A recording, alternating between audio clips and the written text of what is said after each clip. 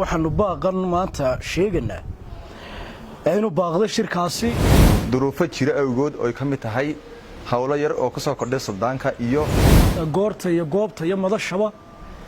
mar labaad baa idin soo sheegaynaa inuu soo wargelinayna anagoo ah guddiga qabanqaabada shirka dhalinyarada beelaha Maxaase oo ku balansanayn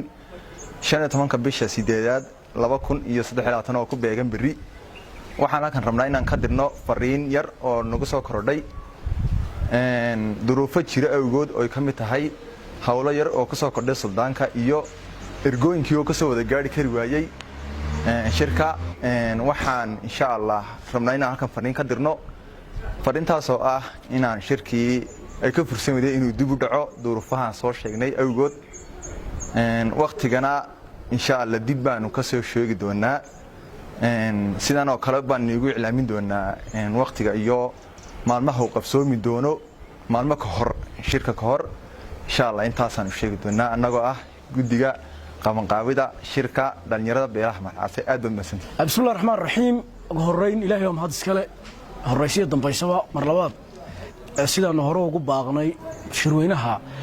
dhalinyarada Maxaase ee degta gobolada Gabil iyo Awdal iyo Salel waxaan sheegaynaa oo ku mudaysnaa maalinta bariya bishuna tahay 15 bishii 8 2023 waxaanu baaqan maanta sheegaynaa inuu baaqdo shirkaasi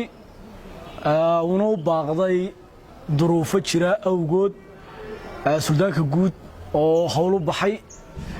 iyo qurba jooga oo iyaguna cabasho keenay oo ka soo gaari waayay insha Allah ta'ala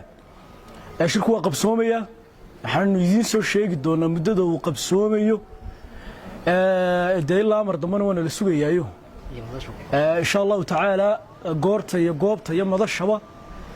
mar labaad baa idin soo sheegaynaa inuu soo wargelinaynaa asaasay noo ahaanaysaa asaasay isku ogaanaynaa maalin kale oo fogeyn oo dhow insha Allah ta'ala tiyo si loo dhan yahay si wada jira يوقف سومي شركة إن شاء الله تعالى وندي صور قليلنا هذه الدوم سنتي صلى الله عليه ورحمة الله وبركاته.